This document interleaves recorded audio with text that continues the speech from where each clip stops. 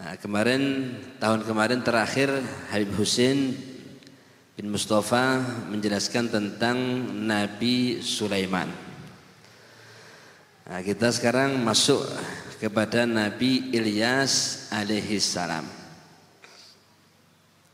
Qala Allah Subhanahu wa ta'ala, wa inna Ilyasa laminal mursalin idh qala liqaumihi ala tattaqun atad'una ba'lan wa tadharuna ahsanal khaliqin atad'una ba'lan wa tadharuna ahsanal khaliqin. Wa inna Ilyasa laminal mursalin, sungguh Ilyas itu adalah termasuk para rasul, salah satu dari utusan. Idh qala liqaumihi ala tattaqun, ketika Nabi Ilyas memberikan pesan kepada kaumnya, ala tattaqun, tidakkah kalian mau menjadi orang yang bertakwa? Atad'una ba'lan, ya ta'buduna ba'lan, kenapa kalian kok menyembah Ba'al, nama berhala mereka?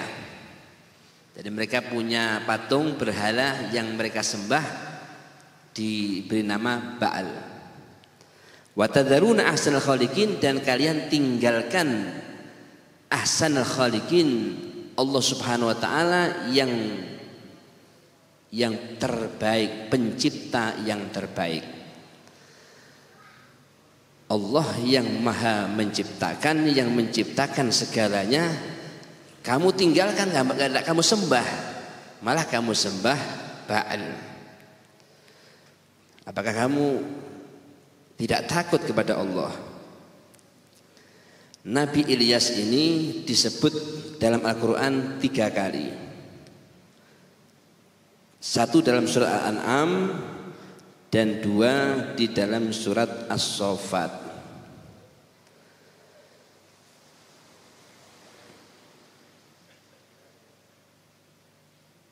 Nah, di dalam surat As-Saffat ini disebutkan satu dengan nama Ilyas, yang kedua dengan nama Ilyasin. Salamun ala Ilyasin.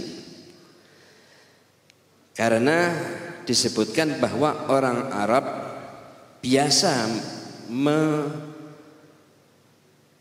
menyematkan nun di dalam nama. Banyak sekali menambahkan nun di nama-nama. Ya, Ismail ada kadang disebut Ismail, Israel kadang disebut Israin. Nah, termasuk Ilyas kadang disebut dengan Ilyasin. Nah, begitu salah satu pendapat, sehingga Ilyasin itu adalah Ilyas. Jadi disebutkan 3 kali dalam Al-Quran. Nasab beliau Ilyas bin Yasin bin Finhas bin Al-Izar bin Harun bin Imran. Jadi beliau adalah keturunan Nabi Harun bin Imran, dan beliau adalah min anbiya Bani Israel, termasuk Nabi ya yang diutus, Nabi yang nasabnya masuk dari Bani Israel. Jadi memang banyak ya Bani Israel ini ya, banyak para nabi yang dari mereka.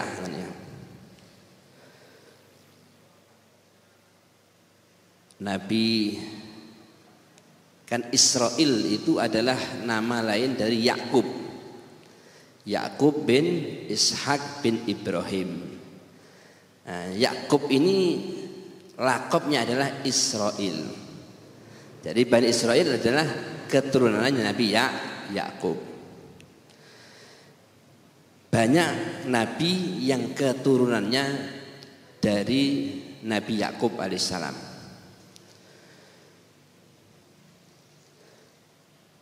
Beliau diutus kepada penduduk Ba'labak.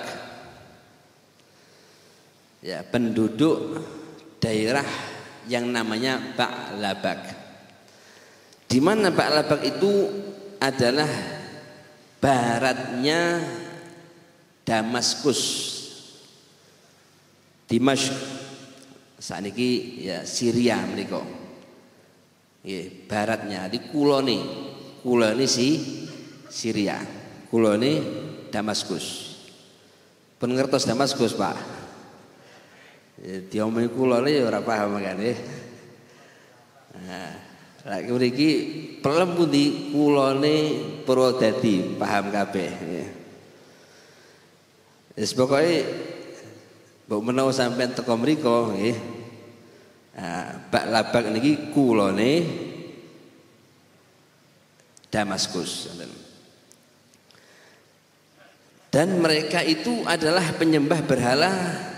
Berhalanya disebut dengan Ba'al tadi. Diceritakan bahwa setelah kerajaan, setelah Nabi Sulaiman, ya, Nabi Sulaiman wafat, ini kerajaannya pecah. Kerajaan Nabi Sulaiman ini pecah menjadi dua. Yang pertama tetap tunduk yakhdha limaliki Sulalati Sulaiman, tetap tunduk kepada raja keturunan Nabi Sulaiman. Yang satunya lagi tunduk kepada pemimpin yang lain.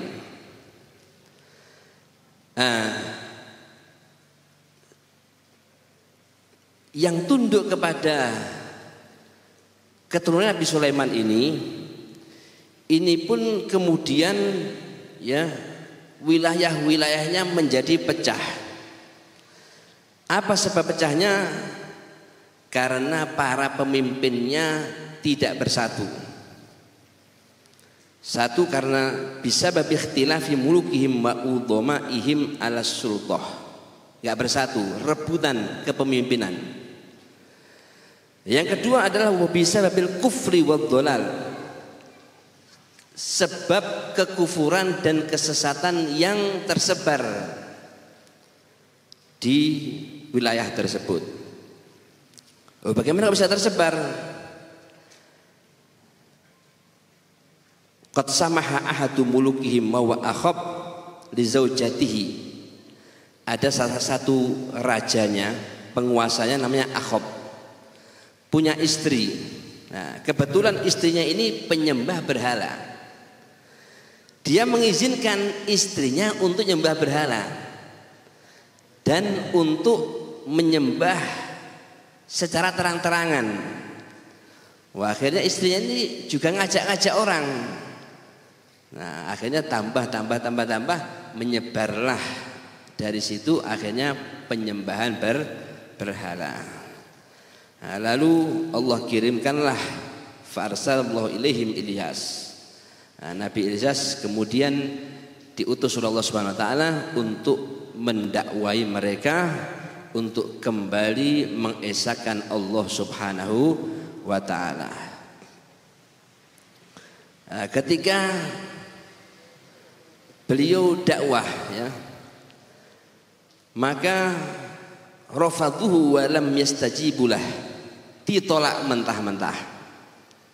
Jadi mboten gampang, ya. Beliau sendirian, ya, mengajak, ditolak mentah-mentah. Lalu beliau berdoa, Allahumma inna bani Israel qad abau illal kufra bika wal ibadati li ghairik. Ya Allah, Bani Israel ini tidak mau menerima dakwah saya. Ya, mereka yang diinginkan adalah kufur, menyembah selain engkau. Dan saya ini semua adalah karena mereka merasa nikmat. Jadi pada saat itu mereka ini kehidupannya dalam keadaan nyaman. Nah, ini kadang-kadang ya kenikmatan, kenyamanan ini kadang-kadang justru melalaikan kepada kita. Nah, ini seperti terjadi kepada Bani Israil ini. Akhirnya beliau berdoa, faghayyir ma bihim min nikmatik. Nikmatnya panjenengan cabut ya Allah. Barangkali dengan itu mereka akan sadar, kemudian bertobat kembali sehingga mau ya menerima dakwah beliau untuk menyembah Allah Subhanahu wa taala. Akhirnya Allah Subhanahu wa taala mewahyukan kepada beliau, ya, inna ja'alna amra arzakihim biyadik. Wahai Ilyas, urusan rizki mereka saya limpahkan kepadamu, wewenangnya saya limpahkan kepadamu.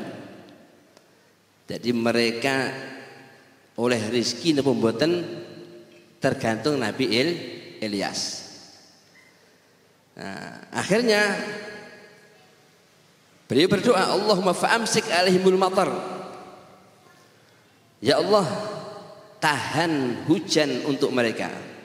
Akhirnya mboten udan sampai 3 tahun mboten udan. Ya, hewan-hewan pada mati, tumbuhan mati, ya. Orang-orang kesulitan.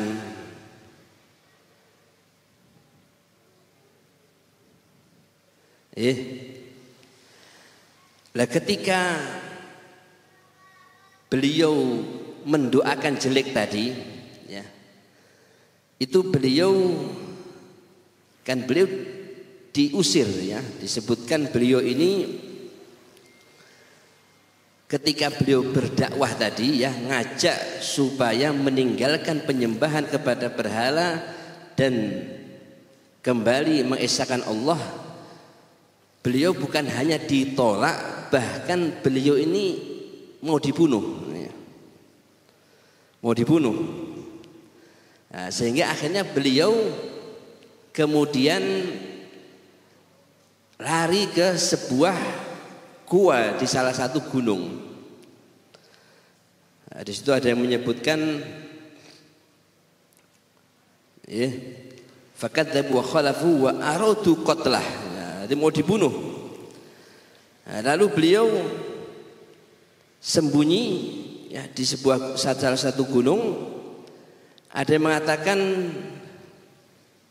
20 malam, ada yang mengatakan 40 malam, ya, ada yang mengatakan sampai 10 tahun, ya. Alhasil setelah itu, ya, setelah beliau mendoakan tadi, beliau kemudian pergi. Lah beliau di goa itu, ya, di goa itu makannya beliau dari mana? Ada yang ngirim. Wa kana ya'ti rizquhu haitsu kan. Jadi enak sing ngirim roti. Wayahe mangan dikirim roti. Ada yang menyebutkan di dalam di kitab Ibnu Katsir bahwa yang ngirim itu adalah al-ghurban, burung-burung gagak. Iya. Jadi beliau setiap jam makan dikirimi. Fakana Banu Israil kullama wajadu rihal khubuz fi darin qalu huna Ilyas. Mereka sudah merasa kesempitan, merasa susah, akhirnya mereka mencari Nabi Ilyas. Setiap mereka mencium bau roti, wah, mungkin di sini Nabi Ilyas. Dilihat tidak ada.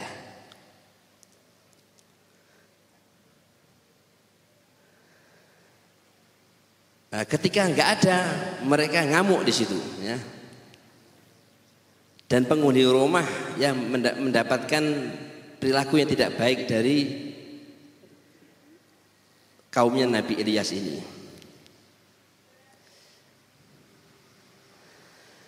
Nah, suatu malam Nabi Ilyas itu menginap di rumahnya seorang perempuan dari Bani Israil, ya, yang punya anak namanya Ilyasa bin Akhtub, yang dia punya sakit. Akhirnya berkah Nabi Ilyas ini, Ilyasa itu sembuh. Nah, setelah sembuh akhirnya Ilyasa nyantri, ya, ngikut kepada Nabi Ilyas, beriman kepada Nabi Ilyas. Kemana pun Nabi Ilyas pergi dia ikut, ya. Sampai Nabi Ilyas tua, ya. Nah, setelah tadi ya Bani Israil itu merasa sudah kesempitan, kesulitan, akhirnya mereka menyerah. Lalu Nabi Ilyas mengatakan kepada mereka, in taraktum ibadatal asnam ta'autullah an yufarrija ankum. Kalau kalian mau janji meninggalkan penyembahan kepada berhala, aku akan berdoa kepada Allah untuk memberikan kelapangan kepada kalian semua, ya. Kesempitan yang kalian rasakan akan diangkat oleh Allah Subhanahu wa taala. Mereka mengiyakan, siap. Akhirnya didoakan oleh beliau. Nah, mereka hidup nyaman lagi, ya. Setelah hidup nyaman, ya, ternyata ya mereka itu walam yastaqimu, enggak istiqomah, balik lagi seperti semula. Nah, akhirnya setelah seperti itu, ya, Nabi Ilyas akhirnya doa kepada Tuhannya, minta kepada Allah Subhanahu wa taala supaya dicabut nyawa beliau. Akhirnya beliau wafat. Dan setelah beliau wafat diteruskanlah dakwah beliau oleh muridnya tadi, yaitu Ilyasa bin Akhtub. Ya, hadirin di Allah Subhanahu wa taala, ya. Jadi begitulah, ya, dakwah, mengajak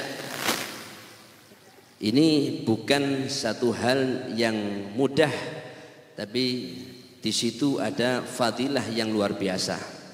Dan sudah sering kita mendengar dari guru-guru kita bahwa dakwah itu adalah mengajak, ya, bukan memperbanyak. Syukur kalau banyak. Artinya targetnya itu yang penting ngajak kepada kebaikan, ngajak kepada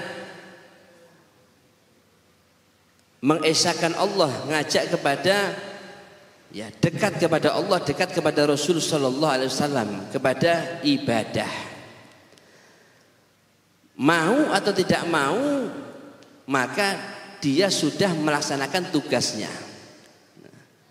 Jadi bukan targetnya banyak, enggak, ya. Nah, kata pernah saya mendengar, kalau mongkor pengen akeh tok nih, sampean udo engko lak wong padha ndelok kabeh. Nggih. Jadi tujuannya seperti itu, ya. Jadi tujuannya adalah dakwah itu mengajak. Banyak sekali para nabi, ya.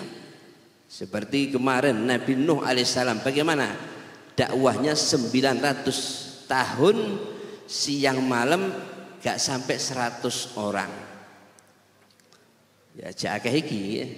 Niki ratusan orang. Lah apakah Nabi Nuh gagal? Sapa sing wani muni Nabi Nuh gagal? Tidak ada, ya. Bahkan beliau adalah termasuk ulul azmi, ya. Nah, bahkan di dalam kisah Isra Mi'raj itu ada seorang nabi si umatnya loro telu, bahkan ada nabi si gak duwe umat.